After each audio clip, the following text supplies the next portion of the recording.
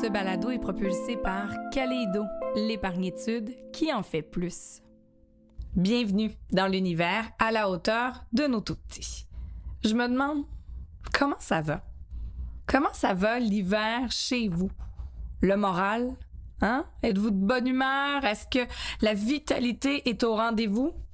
Honnêtement, pour moi, c'est pas toujours évident. On dirait que le manque de lumière, ça a réellement un impact sur mon quotidien et j'ai l'impression que ça a un impact aussi sur celui de mes enfants. Donc, ça fait partie des questions aujourd'hui que j'ai voulu poser à deux professionnels, soit Audrey Bilot, la maman infirmière, et Marie-Michèle Gazal, pharmacienne, que vous connaissez sous ses réseaux sociaux, le journal d'une pharmacienne. Je leur ai demandé, la dépression saisonnière, est-ce que ça peut vraiment toucher nos enfants? Si oui, comment on peut faire pour aider? Est-ce que les vitamines peuvent venir à notre rescousse? La luminothérapie, est-ce que ça fonctionne vraiment? Si oui, quel type de lampe pouvons-nous se procurer pour s'assurer que ça a un effet? Donc, c'est vraiment le sujet qu'on va traiter aujourd'hui parce que j'aimerais ça, qu'on puisse aborder l'hiver, cette saison froide avec vraiment toute l'énergie possible dans notre famille. Et dans le segment coup de cœur, eh bien, vous le savez, l'hiver, la fin de l'hiver, ça rime aussi avec la période de nos rapports d'impôts et également la date limite pour la cotisation à notre fameux REER. Mais là, moi, je me suis demandé, on entend beaucoup parler des REER, aussi des CELI. On le sait, Kaleido, qui propulse la série, offre un régime enregistré d'épargnitude, un REE. Mais là, comme parents, notre budget, il est limité. Nos dollars, on devrait les investir où d'abord? Dans le REE, dans le REER, dans le CELI? Est-ce que ça dépend?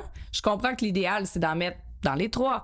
Mais bon, la réalité, c'est qu'on a tous un budget puis c'est pas nécessairement possible de le faire. Donc, lequel prioriser et pourquoi? Eh bien, j'en discute avec Stéphane Corriveau, qui est président de chez AlphaFix Capital, qui est un gestionnaire de portefeuille pour Kaleido. Vous allez voir, il y a un bon talent à vulgariser et à nous donner des trucs très simples afin qu'ensemble, nous soyons à la hauteur de nos tout-petits.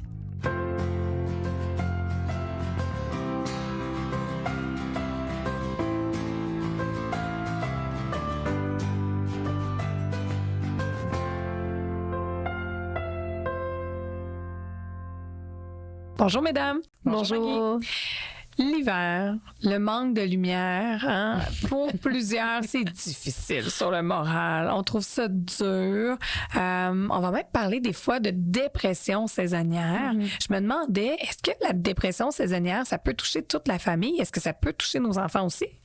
Ça peut toucher nos enfants, mais ça arrive plus souvent chez les jeunes femmes entre 20 et 30 ans. Encore les femmes? Pourquoi? Toujours les femmes? Oui, il me semble qu'on a beaucoup de choses. Ouais. Ah, effectivement. Mais ça peut arriver chez les enfants, effectivement. C'est sûr qu'il y a plusieurs traitements, on va dire, de façon naturelle, comme la luminothérapie qu'on peut avoir. Par contre, il faut savoir que la luminothérapie, c'est à partir de l'âge de 12 ans, parce que le cristallin n'est pas encore totalement mature avant 12 ans, donc il peut avoir un impact quand on utilise cette lampe-là. Donc, il faut juste se rappeler qu'avec la luminothérapie, c'est au-dessus de 12 ans. Il y a plusieurs symptômes qu'on peut avoir. Oui, c'est ça. Qu'est-ce qu'on doit peut-être observer chez nous, chez nos enfants? Les gens pensent pas nécessairement que la dépression saisonnière, c'est vraiment un vrai trouble. Là. Ils se disent, c'est juste un terme pour dire qu'on est plus fatigué l'hiver, mais c'est vraiment un trouble qu'on appelle le trouble affectif saisonnier, qui comporte vraiment des symptômes plus typiques, si on veut, comme justement fatigue, le manque d'énergie, etc. Puis les changements d'humeur. Puis il va y avoir des symptômes, plus atypiques ou pas vraiment caractéristiques, comme souvent on va avoir un appétit plus augmenté, mais spécifiquement aux aliments sucrés pour une raison X. Ben voyons, je vois pas de quoi tu parles. Non plus. On va avoir de l'hypersomnolence aussi, donc l'impression que, sans nécessairement juste de la fatigue, mais vraiment l'impression qu'à n'importe quel moment de la journée, on pourrait vraiment s'endormir. Oui. Et si on en souffre une fois, est-ce que c'est pour la vie? Est-ce que c'est quelque chose qui revient comme des allergies saisonnières, mettons? C'est fréquent que ça revienne, en fait. Donc, souvent, c'est pour ça que quand on parle des traitements ou des outils, si on veut, pour combattre, aider à traiter la dépression saisonnière, c'est, entre autres, la thérapie cognitivo-comportementale, donc qui est un type de psychothérapie. Donc, si vous allez consulter un psychologue ou un psychothérapeute, vous pouvez demander l'approche, en fait, à thérapie cognitivo-comportementale qu'on appelle, je vais raccourcir le mot en TCC, parce que je vais arrêter de le dire à la longue. Donc, la TCC va vraiment vous donner des outils outils pour mieux gérer, si on veut, les symptômes de la Apprendre à vivre dépression. avec, si on Exactement, veut. apprendre à vivre avec, puis voir comment on peut surmonter ces symptômes-là. Donc, au lieu de, à chaque année, quand l'année où ça revient, Ouais. au lieu de toujours devoir refaire des traitements de luminothérapie, c'est possible de s'en sortir sans refaire la luminothérapie, puis juste réutiliser les outils, les astuces qu'on a eues On a mis en dans notre thérapie TCC. Il y a même des études qui ont montré en fait que les patients faisaient par exemple juste la luminothérapie, d'autres qui faisaient la TCC, puis d'autres qui faisaient les deux. Il y a vraiment des études qui ont démontré que ceux qui avaient de la TCC, que ce soit seul ou avec luminothérapie, arrivaient beaucoup mieux à contrôler leurs symptômes d'année en année versus ceux qui faisaient uniquement la luminothérapie. Parce que j'allais dire, est-ce que nous pouvons tous faire la luminothérapie en prévention à la limite? Mais là, donc, tu me dis que quelqu'un qui en souffre peut-être de façon plus sévère, la thérapie, la TCC serait plus efficace que seulement la Du luminothérapie. moins, au moins en combinaison avec la thérapie. Ok. Ouais. Et bon, j'ai envie de manger plus de biscuits. Je me sens un peu amorphe, tout ça. Quel est le moment peut-être où je devrais consulter, où je devrais aviser? Parce que je veux dire, bon, il peut y arriver plein de choses dans notre vie qui fait que des fois, on est plus fatigué. En novembre, entre autres, il y a moins de lumière. On dirait, tu sais, même janvier, bon, décembre, des fois, avec les fêtes, on dirait que ça passe mieux. Oui, on a tellement de choses à faire. Mais là, à quel moment on doit consulter? Puis ce à quoi on doit peut-être porter attention dans nos symptômes? Ben moi, ce que je dirais, c'est que quand l'état général ou quand on n'est plus nécessairement fonctionnel, ça devrait venir allumer une lumière. Lever le drapeau que, d'habitude, j'étais plus productive à mon travail. Là, à partir de 2 heures, j'aimerais ça juste aller me coucher. Je veux plus voir personne. Des choses comme ça qu'il faut faire attention où on voit un changement dans son état général, dans son état fonctionnel ou même celui de son enfant. Son enfant qui était super social, qui finalement devient plus isolé, qui dort beaucoup plus qu'avant. Ou que les notes à l'école commencent à changer pour une raison X, qu'il n'y a pas de truc apparent, de déclencheur apparent. Ouais. Là, ça vaut la peine de s'informer. Oui. OK, quand même. Donc, c'est pas quelque chose à prendre à la légère. Là, je vous pose ça à brûle pour point, mais est-ce qu'on a un peu des chiffres? Est-ce que ça touche quand même une grande partie de la population? Savez-vous, par hasard? C'est une bonne question. C'est une très bonne question. Je regarde mes notes vite, mais je suis curieuse. Je serais curieuse aussi de savoir parce que j'ai l'impression que malheureusement, c'est un petit peu banalisé la dépression saisonnière. On dirait que c'est comme mal vu. C'est comme, tu te sens moche, c'est normal, c'est novembre. Là, tu passes à autre chose. Exactement. Mais je serais curieuse de savoir le nombre de personnes qui sont, qui ont des symptômes, puis qui, de 2, sont vraiment allées consulter parce que justement, pour avoir une étude, il faut que les gens aillent consulter pour faire le diagnostic de cette dépression-là. Et Dieu sait que c'est déjà difficile de la base à la base, en fait, d'accepter qu'on fait une dépression. Oui, c'est sûr. Que ça soit saisonnière ou une dépression, ça reste que c'est une maladie quand même, que ça soit pour soi ou pour son enfant. Donc déjà, juste l'accepter, c'est quelque chose. Puis après, faire le pas pour aller consulter. C'est comme une autre étape. Puis malheureusement, on parlait de vitamines dans un précédent épisode, mais il y a beaucoup d'automédication. 100%. Je vais te donner de la vitamine, ça va aller mieux. Oui, là, c'est ce que j'allais dire. Là, si on sent qu'on a des symptômes, l'idéal, c'est peut-être de consulter notre médecin de famille, disons, qui connaît notre portrait, qui connaît notre dossier. Mais disons qu'on est plus ou moins pris au sérieux ou qu'on a peur de déranger ou tout ça. On vous le dit, c'est important d'aller consulter. Mais si jamais vous ne sentez pas que vous en êtes là, bon, la luminothérapie, tout le monde peut, entre guillemets, la démarrer. Mais là, l'idée de s'auto-médicamenter ou de s'auto-soigner, c'est pas une bonne piste. Non. En fait, c'est pas compliqué. Les vitamines, ça vous aidera pas. Même pas la D, on dirait même pas la D, soleil, je sais. Ben, en fait, je dis même pas la D. En fait, la D, si on a une déficience en vitamine D, certainement, on va vouloir aller combler cette déficience-là. Comment on fait pour savoir qu'on a une déficience en vitamine D? C'est vraiment par des prises de sang. Il n'y a pas vraiment de façon de le savoir nous-mêmes. Okay. Donc, oui, dans certains cas de dépression saisonnière, on peut avoir une carence en vitamine D. Donc, on peut utiliser un supplément. Puis encore une fois, ça, c'est vraiment une décision que vous allez faire avec votre professionnel de la santé. Donc, démarrez pas un supplément de vitamine D par vous-même sans en parler. Puis je pense qu'il y a aussi le petit mythe que je voulais aborder, que faire la luminothérapie, ben ça aide à la peau à produire de la vitamine D. En fait, non, parce que c'est pas les bons types de rayons. Il n'y a pas de rayons UV dans la luminothérapie. Donc, je vais avoir appris plein de choses. Il n'y a pas de rayons UV dans la luminothérapie. C'est interdit là, de vendre des lampes UV. Exactement. Exactement. Puis c'est vraiment l'exposition au UV qui fait que la peau produit de la vitamine D. Donc, c'est pas le but de la luminothérapie, c'est pas ça. C'est pas d'augmenter la production de la vitamine D. Puis pour faire du pushing sur la vitamine D, avant de se dire, je vais essayer de m'automédicamenter, il y a l'alimentation. Hein? Ouais. Oui, c'est ça. De la vitamine D, on peut en retrouver dans plusieurs aliments. Entre autres, les produits laitiers ont souvent un supplément en vitamine D. Certaines noix, les poissons. Mais là, tout à l'heure, vous disiez que malheureusement, c'est souvent les femmes entre 20 et 30 ans qui peuvent être, disons, plus propices à la dépression saisonnière. Moi, j'ai beaucoup entendu parler pour les femmes de la vitamine B12, à quel point elle avait un impact merveilleux sur notre humeur et notre corps. Est-ce que celle-là serait peut-être plus intéressante? Les oméga, quelque chose? J'essaie, là. Je vois. Malheureusement, on n'a pas plus d'études convaincantes. Toutes les études qu'on a à ce sujet-là sont vraiment mitigées. Franchement, tu sais, si on parle de dépression saisonnière, c'est quoi les traitements? Ben, l'immunothérapie. Il y a vraiment des études d'efficacité là, sur la luminothérapie. C'est pas un mythe, là. C'est vraiment prouvé. Mais là, s'il n'y a pas de UV dans la luminothérapie, qu'est-ce qui nous fait du bien dans cette lumière-là? Qu'est-ce qui nous fait du bien, en fait, dans cette lumière-là? C'est que c'est ça que ça dit. En fait, c'est au niveau des lux. C'est une mesure d'intensité au niveau de la lumière qui va venir nous sécréter, en fait, l'hormone du bonheur. Là, exactement, là, pour synthétiser. Fait que sérotonine, dopamine, etc. Exactement. Puis il y a un moment où on peut la prendre. Idéalement, on dit tôt le matin. Donc, souvent, mettons, quand on va prendre un café, si vous avez la chance de le prendre chaud, tant mieux pour vous. Mais idéalement... Vous me donnerez votre truc. C'est ça.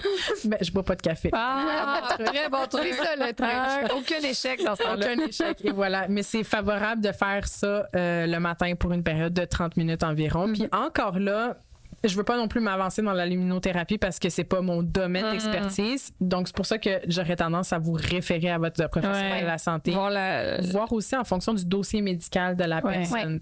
Et là, si ça perdure vraiment dans le temps, là, puis que la personne n'est plus fonctionnelle, est-ce qu'on pourrait devoir se rendre, par exemple, aux antidépresseurs pour une dépression saisonnière? Absolument, c'est possible.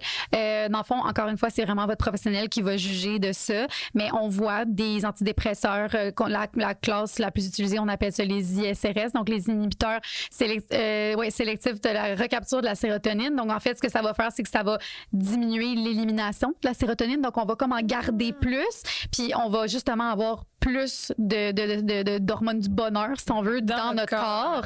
Donc, cette classe-là peut être prescrite effectivement pour la dépression saisonnière dans des cas peut-être plus persistants ou plus intenses. Ouais. Et là, on le sait, là, l'automne s'installe, il y a moins de lumière, même le printemps, on dirait, avant que la nature se réveille. On parle vraiment de saison transitoire entre les deux. Est-ce que une bonne hygiène de vie, prendre de l'air, essayer de bouger, est-ce que ça peut être une façon de prévenir ou encore là, c'est surfait? Totalement. Oui, 100%. L'exercice physique à l'extérieur, c'est vraiment prouvé. On est exposé aux rayons UV quand on va à l'extérieur. Donc, idéalement, même si l'hiver, on a plus envie de faire du cocooning avec nos enfants, sortez dehors, prendre des marches, même prendre des marches dans la nature. La nature a un effet bénéfique aussi sur la santé. Aller glisser, il faut vraiment sortir dehors avec les enfants, même si des fois ça nous demande plus d'organisation, de mettre les salopettes, trouver la mitaine, etc.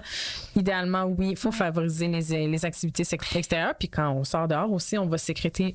C'est sûr. Oui, exactement. Petite tranche de vie, mais je dois l'admettre, depuis qu'on s'est mis au ski alpin avec nos enfants, nos deux plus vieux enfants avec nous, c'est une belle activité familiale, mais deux, on s'est rendu compte qu'on appréciait plus l'hiver et qu'on était de meilleure humeur. Parce que là, on dirait qu'on retrouve le plaisir à être à l'extérieur, même s'il fait un peu froid. Et on y va, là, ne serait-ce que quelques heures, mais quand on revient, le chocolat chaud, on dirait qu'il est encore meilleur. Et le cocooning et le film, ça a lieu quand même. Mais après, là, quand les joues nous picotent, là, parce qu'ils sont un petit peu gelés, mais que là, ils reviennent, il y a comme quelque chose d'apaisant là-dedans aussi. Hein? Oui, ben tu l'as décrit, c'est l'hormone du bonheur, ça va créer aussi un état d'être. Donc, on favorise les activités familiales, il y en a de toutes sortes. Une panoplie qui sont gratuites aussi l'hiver. Renseignez-vous dans vos municipalités. Votre bière qui est Crazy Carpet, là, des fois.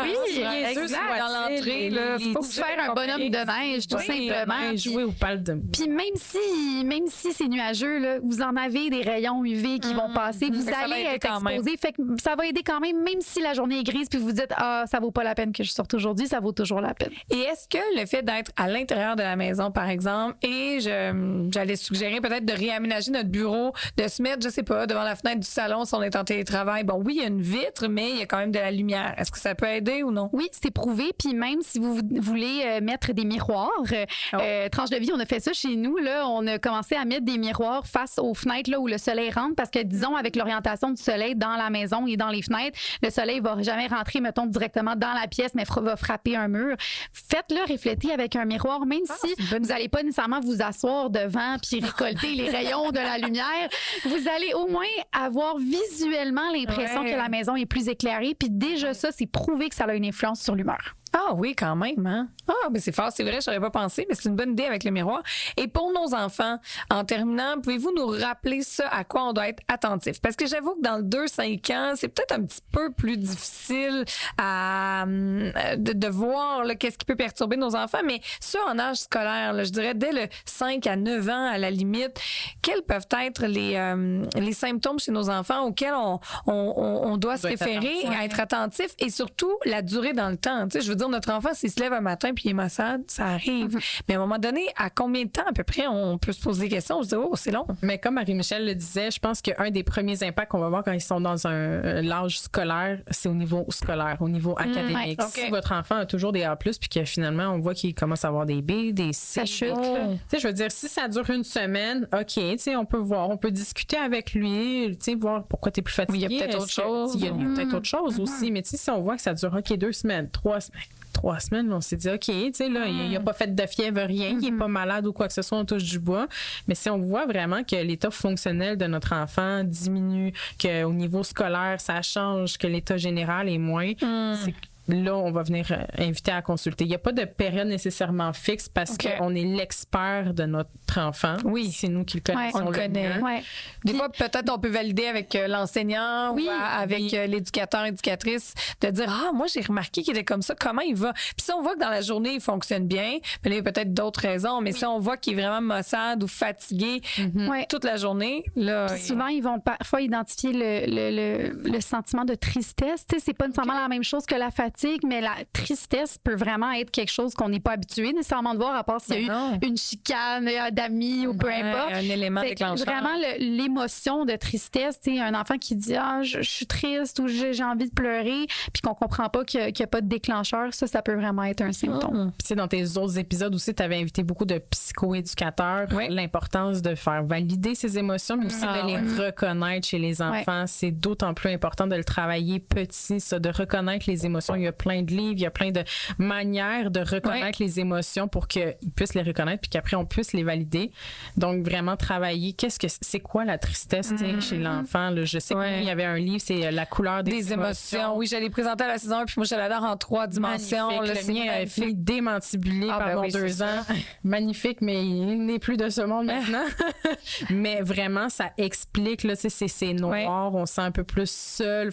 Vraiment être capable de mettre des mots sur ce qu'on ressent aussi, ça va aider l'enfant à se trouver un petit peu dans ce qui se ressent, mais ça va nous aider aussi à parents comment intervenir avec c'est ça. Puis après, peut-être, si jamais il arrive quelque chose, à aider à établir un diagnostic. Voilà, exactement. Parce que si notre enfant n'est pas capable de nommer comment il se sent à l'intérieur, puis ça devient difficile pour nous de l'accompagner et de le guider. C'est ça, c'est pas quelque chose de physique. C'est plus difficile à diagnostiquer que, par exemple, une otite.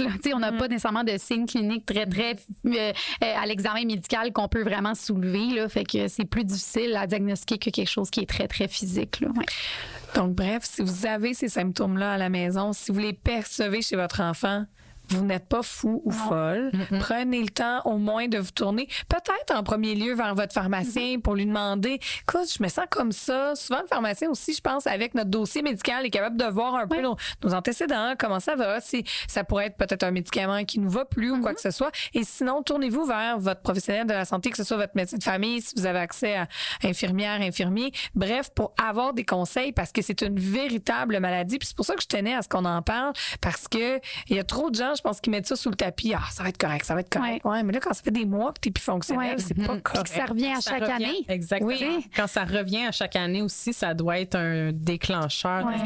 L'hiver dernier, j'étais maussade, Ouais. ça allait pas bien, j'ai perdu du poids beaucoup. Ouais. Tu sais, des choses comme ça. Ça peut être anxiogène Ou j'en ai aussi de pris, savoir qu'à tu sais, chaque des grandes année, ça va variations. revenir. Là. C'est sûr, c'est sûr. Exactement. Ouais. On appréhende l'arrivée du point de lumière, en fait. Ouais, là. bien. Et si on se rend compte que justement, à la fin du printemps, début de l'été, oups, ça remonte, là, ça peut être aussi un bon signal. Oui, 100%. Oui, exactement. OK. Donc, on n'hésite pas à demander de l'aide. Merci beaucoup, mesdames. Lorsqu'on parle de solutions d'épargne, on entend plusieurs termes. Le CELI, le REER, le REE. On est parfois un petit peu mêlés dans tous ces termes-là. Donc aujourd'hui, on veut démystifier l'univers de l'épargne. On va appeler ça comme ça avec Stéphane Corriveau, qui est président de chez AlphaFix Capital. Bonjour Stéphane. Bonjour Maggie.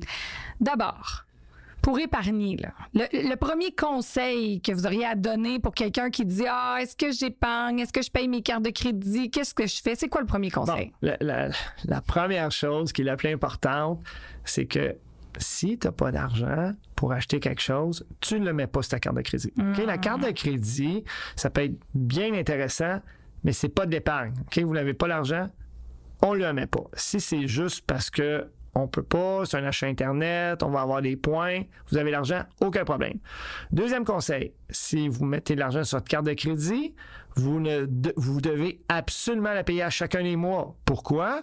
Parce que les taux d'intérêt sont entre 18 et 28 dépendamment des cartes de crédit. Ça va vite, là. Ça va super vite. OK? Donc, tu ne peux pas jouer avec ça parce que, vous comprenez que les banques sont très heureuses de ça, font beaucoup d'argent et ça vous coûte très cher. Donc, ça, c'est vraiment mon premier conseil. Donc, une fois là, qu'on a réglé, appelons ça notre endettement à court terme là, avec nos cartes de crédit et que là, on a fait notre budget et on voit qu'il nous reste des dollars, de quelques dollars à aller à des centaines, à des milliers, peu importe le montant. Il existe donc plusieurs véhicules de placement. J'aimerais qu'on parle le premier, le fameux REE, donc Régime enregistré d'épargne-études. C'est quoi, puis pourquoi c'est intéressant?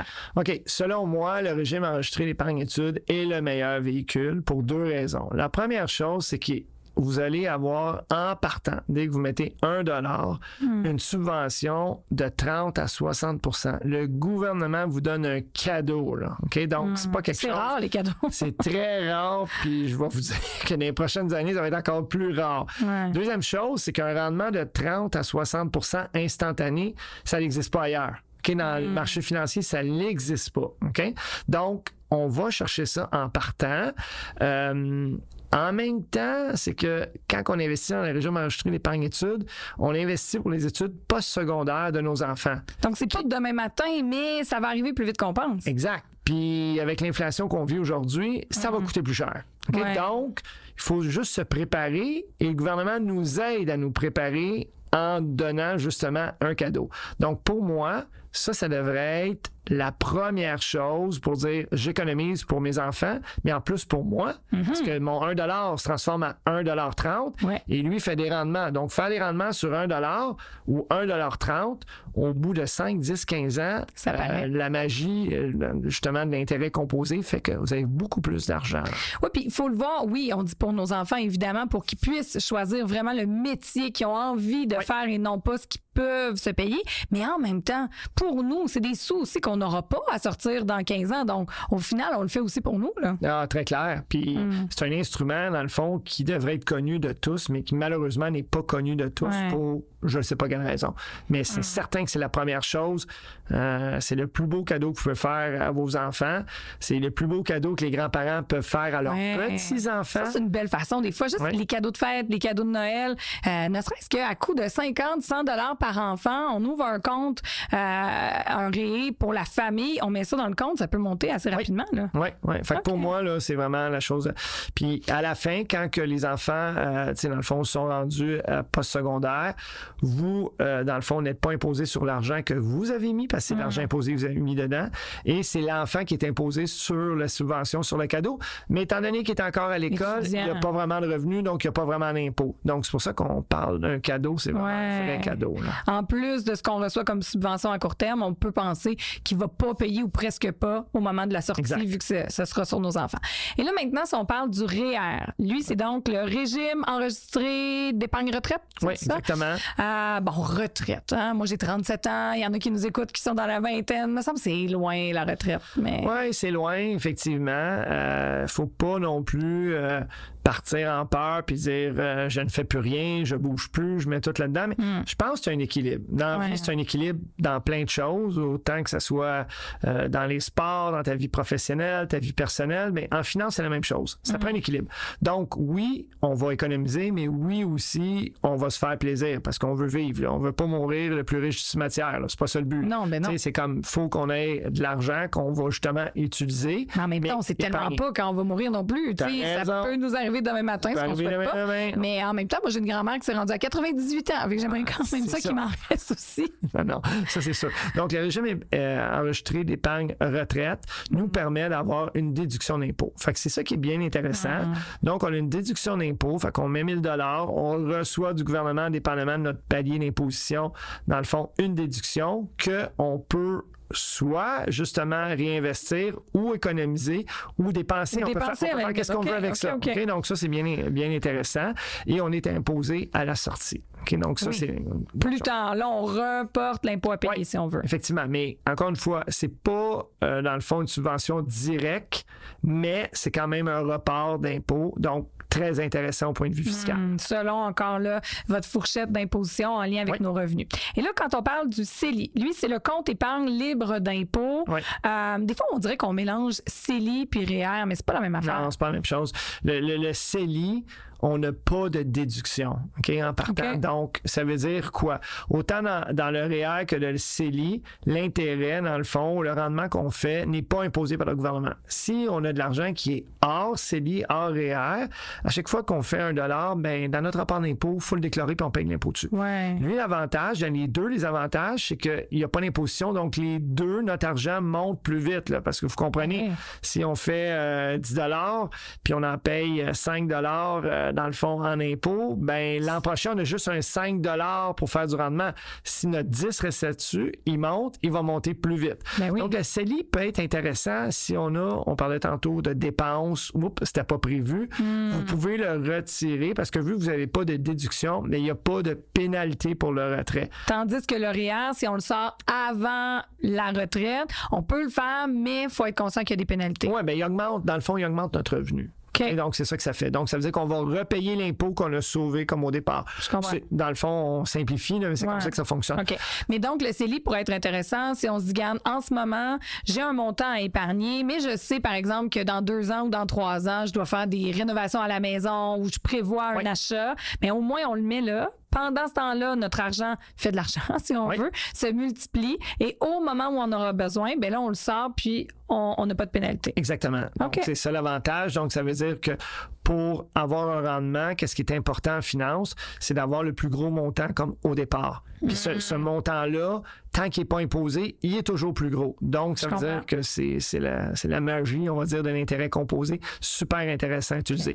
Donc, encore une fois, on l'a dit tantôt, c'est l'équilibre qui est important. Ouais. Donc, peut-être régime épargne, études, oui, en premier. Ensuite, un bon équilibre entre le REER et CELI, dépendamment des projets qu'on a, dépendamment Oui. où est-ce qu'on est rendu. Ça, on peut en parler avec notre conseiller financier. Exact, aussi. c'est la même. Puis chaque personne est différente. Et donc, Oui, c'est ça, hein? Parce que Ouais. des fois, on dirait qu'on se met à en discuter avec des amis, puis on se rend compte qu'on n'a pas nécessairement la même planification, mais le professionnel des finances va faire la planification selon nos besoins, nos revenus, puis les projets qu'on convoite aussi. Là. oui, exactement. Puis après, comment qu'on investit dans chacun de ces produits-là. Encore une fois, c'est votre professionnel de la finance qui va pouvoir, selon votre tolérance au risque, selon où vous êtes rendu dans la vie, Ouais. une personne plus âgée ou plus jeune, c'est pas la même politique de placement. Non, Ils vont pouvoir pas les mêmes s'aider risques là-dessus. non plus. Non, exactement. Exactement. Excellent. Donc, si le régime enregistré d'épargne études, je le répète, si vous êtes parent, c'est à court terme le premier véhicule peut-être dans lequel on devrait mettre nos sous et il n'y a pas de petite cotisation. Chaque dollar compte parce que le gouvernement va venir bonifier. Si vous avez des questions en lien avec tout ça, vous pouvez évidemment vous tourner vers les experts de Kaleido qui sont là pour vous orienter, répondre à vos questions et posez-les vos questions, même si finalement vous investissez pas, au moins vous allez avoir appris quelque chose, vous allez avoir bien répondu à vos questions parce que je me rends compte que la finance aussi, des fois, de bouche à oreille, ça peut être un peu dangereux. C'est pas tout le monde qui a compris la même chose. Alors vraiment, c'est un peu comme pour la maladie. Hein? Quand on a une question, on se tourne vers un pharmacien, une infirmière, un médecin. Mais si vous avez des questions pour la finance, tournez-vous peut-être aussi vers des professionnels pour aller chercher la vraie réponse qui est adaptée à votre situation à vous. Merci beaucoup, Stéphane. C'est déjà la fin de cet épisode. Je vous invite à aimer, commenter, partager, vous abonner au balado à la hauteur de nos tout-petits, que ce soit sur notre page Facebook, notre compte Instagram ou via votre plateforme d'écoute préférée. Vous le savez, plus le contenu il est partagé, commenté, aimé, plus il va rayonner et ça va nous permettre de continuer de vous offrir du contenu tout à fait gratuitement. Un merci tout spécial à mes invités aujourd'hui. Marie-Michel Gazal, que vous pouvez suivre entre autres sur Instagram, le journal d'une pharmacienne. Audrey Bilot, que vous pouvez suivre sous La Maman Infirmière. Merci à Stéphane Corriveau d'Alphafix Capital. Merci à Kaleido, grâce à qui c'est possible pour moi de vous offrir gratuitement ce balado. Merci à Sylvain Berger-Thibault du Studio 706 pour la musique et le montage. Je m'appelle Maggie Bélanger et c'est ensemble qu'on peut être à la hauteur de nos tout-petits. Bye bye!